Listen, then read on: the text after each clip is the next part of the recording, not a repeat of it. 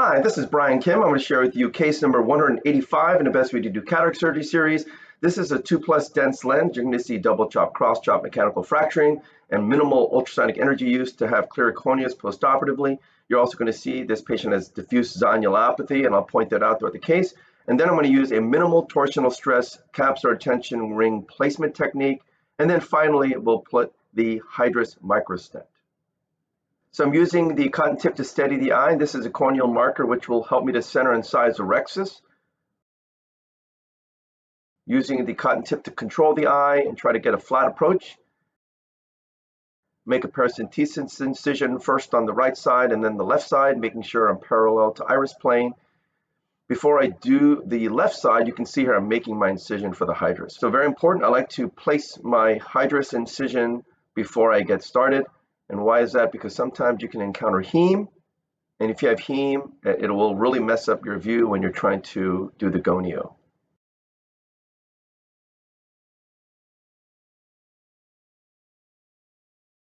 This is intracameral lidocaine and then intracameral epinephrine, and then some dispersive viscoelastic to coat the corneal endothelium and flatten the anterior capsule. And this is a triplanar corneal incision. I make a vertical groove, place the blade into the deep part of the groove, tunnel through the cornea, and then enter.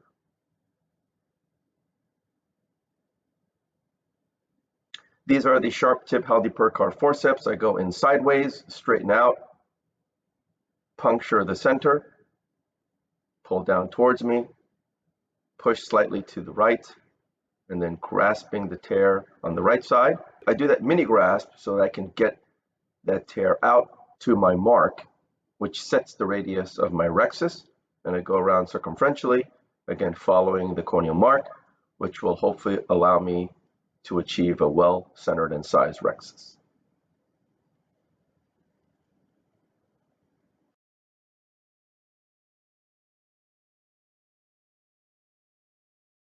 Finish off the rexus, burp some viscoelastic out.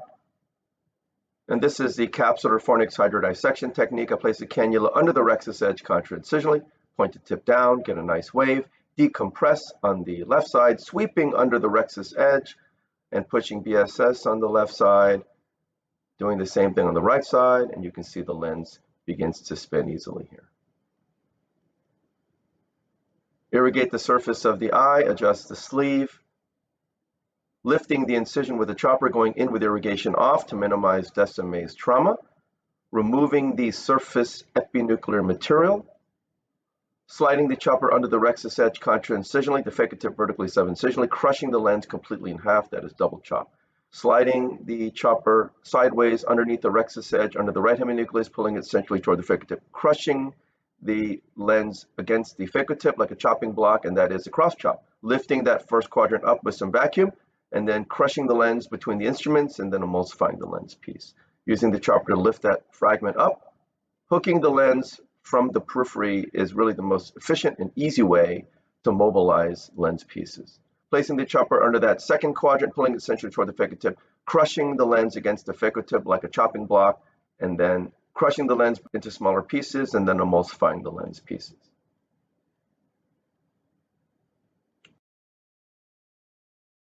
Half the lens is gone. I'm rotating that second heminucleus in front of me, placing the chopper around the lens, hooking the peripheral lens, pulling it centered toward the phaco-tip, crushing the lens in half. Again, phaco-tip is acting like a chopping block, crushing the lens in half. Grabbing that third quadrant up, crushing it between the instruments and emulsifying the lens piece. Placing the chopper around that fourth quadrant, pulling it centered toward the phaco-tip, crushing it against the phaco-tip, and then using mechanical forces to crush the lens into smaller pieces.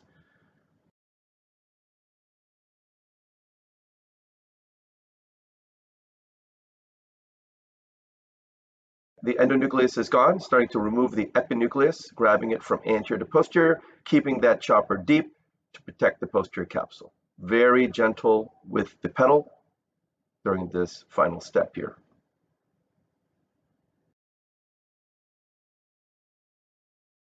So I take the chopper out, push BSS in, take the phaco-tip out, and I go in with the INE handpiece.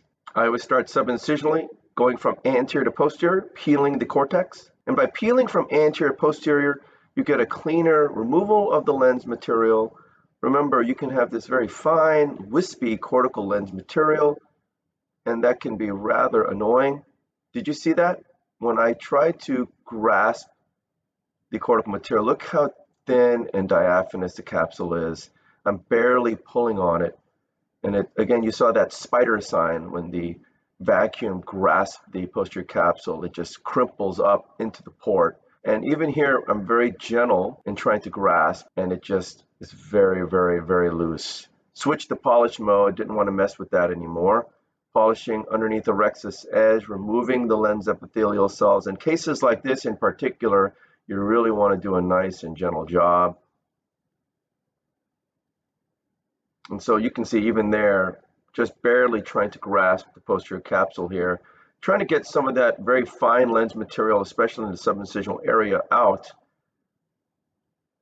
But it's just very, very thin. I'm pulsing with BSS into subincisional capsule fornix here. Again, very, very thin and diaphanous, not much zonular opposing force. So there's diffuse zonulopathy, which was made evident during INA. I didn't see any evidence of it during lens disassembly. I turn off the fluid and then push in with the cohesive viscoelastic to fill the bag. Polishing with the sweep and removing the lens epithelial cells from the anterior capsular rexus rim, first on the left side and then the right side. I don't go too deep into the capsule fornix with the sweep unless I'm going and doing it in the subincisional area. So this is the CTR. I'm going to show you how I do it. I like to hook it and then bring it over to that rectangular platform. It allows me to dock it and make sure it's parallel, hook that eyelet, and then internalize it through the injector.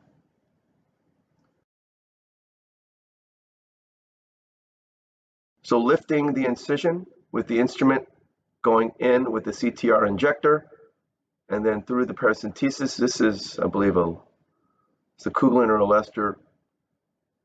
It does a better job in hooking that leading eyelet so that I have minimal zonular torsional stress as the CTR is going in. So it's not really pulling and gripping the capsular bag fornix by doing it this way, by using this maneuver here. I got a little hooked with the Kugelin there. Go ahead and inject the single piece acrylic lens into the capsular bag. Go in with irrigation off, activate irrigation, making sure the haptics are disengaged off the optic. And then when I'm done with that, go ahead and push some more cohesive viscoelastic to fill the anterior chamber and coat the cornea, turning the eye away from me and positioning and repositioning the microscope. And I like to check with the gonio lens, making sure I get the en face view. Again, that's code word for saying I can see equal amount of cornea and iris. Making sure that the hydrus is there, pointed slightly upward. And then now I'm ready to go. I'm en face, make sure I refocus, recenter, always recenter your microscope, place the hydrus into my incision, which I made early on in the case, so I don't have to worry about heme. So all of this is preparation for the hydrus. Making sure you make that incision early on in the case, to me, is such an important and easy thing to do. Don't wait to the very end. The eye is already soft, you can get heme, and it's just not worth the hassle. Stab the TM like a shovel with the tip of the hydrus. And once you're stabbed in, go ahead and advance. And once you start to go in, you want to flatten out with the injector and then keep advanced so you can see it's going in nicely. You want to make sure it's not moving up or down, in particular down. That means it's not positioned correctly. You can see I'm going to try to grab that, push that notch, and just kind of advance it. You see as I slip, it kind of hits that iris, and you get a little bit of heme there.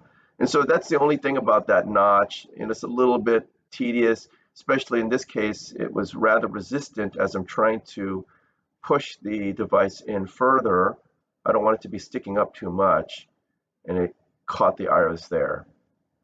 It turned out to be fine. The patient had no evidence for any issue there postoperatively, But again, this is just a limitation of the design. It would have been nice to have something that's more secure as I try to advance it, but nonetheless, that's what happened here.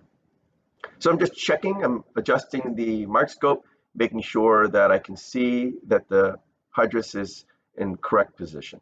Go ahead and place the INA tip in, go in with irrigation off, activate irrigation, going underneath the lens, removing all the viscoelastic from within the bag, repositing the optic back.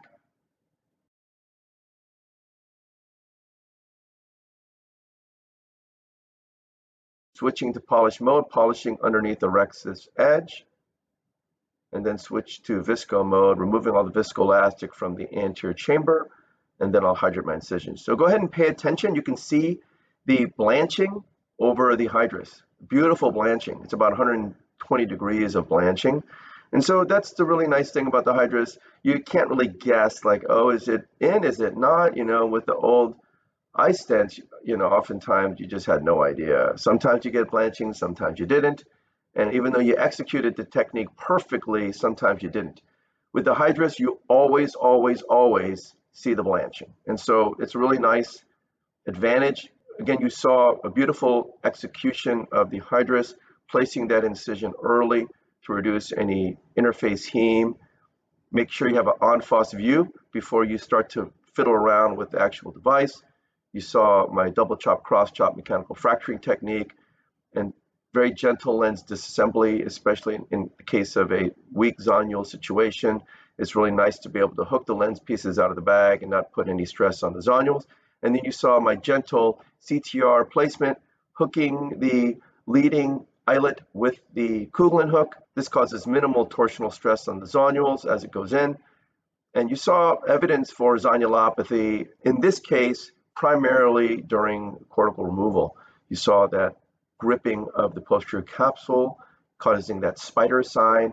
Again, the only way you could do that is when you have a tip that's safe, and I love the polymer tip for this reason. Another great reason why the polymer tip or some type of soft tip is so advantageous when you're dealing with these cases. Unless you grip the capsule, you don't know the strength of it. And people shouldn't be scared. If you had a metal tip and you grip the capsule, that would be quite dangerous, because then that metal tip can just shear off and rip the capsule. So you can't do that. But if you don't grip the capsule, you'll never know. So those who use metal tips, you have that disadvantage. So using a soft tip is so important. And in this case, you saw a beautiful illustration of that zonulopathy. And this is why I believe this is the best way to do cataract surgery. So I hope this was helpful to you, and I thank you for your attention.